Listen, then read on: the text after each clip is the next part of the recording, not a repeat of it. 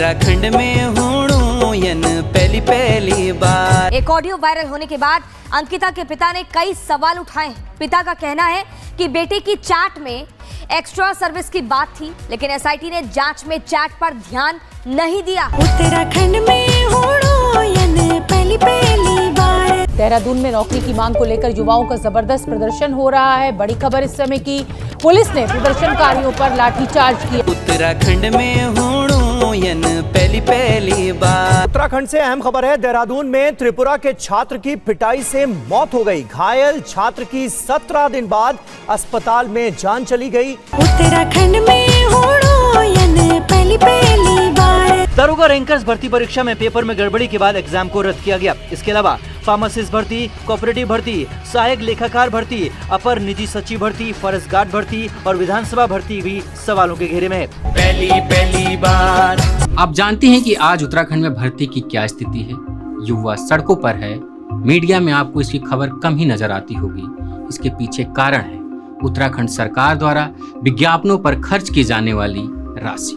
News laundry के पास मौजूद सूचना विभाग के दस्तावेजों के मुताबिक उत्तराखंड सरकार ने बीते 5 सालों में विज्ञापनों पर 1000 करोड़ रुपए से ज्यादा खर्च किया है।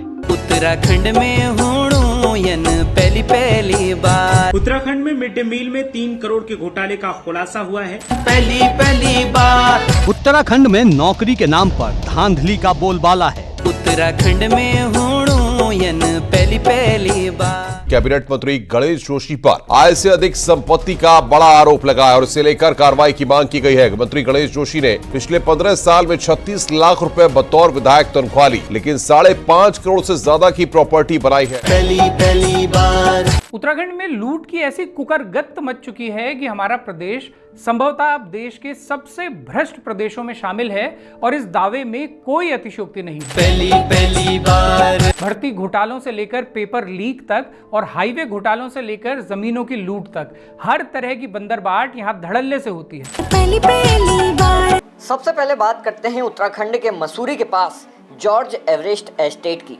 इस जगह पर उत्तराखंड सरकार ने दिसंबर 2022 में एक बड़ा पर्यटन प्रोजेक्ट शुरू करने का फैसला किया।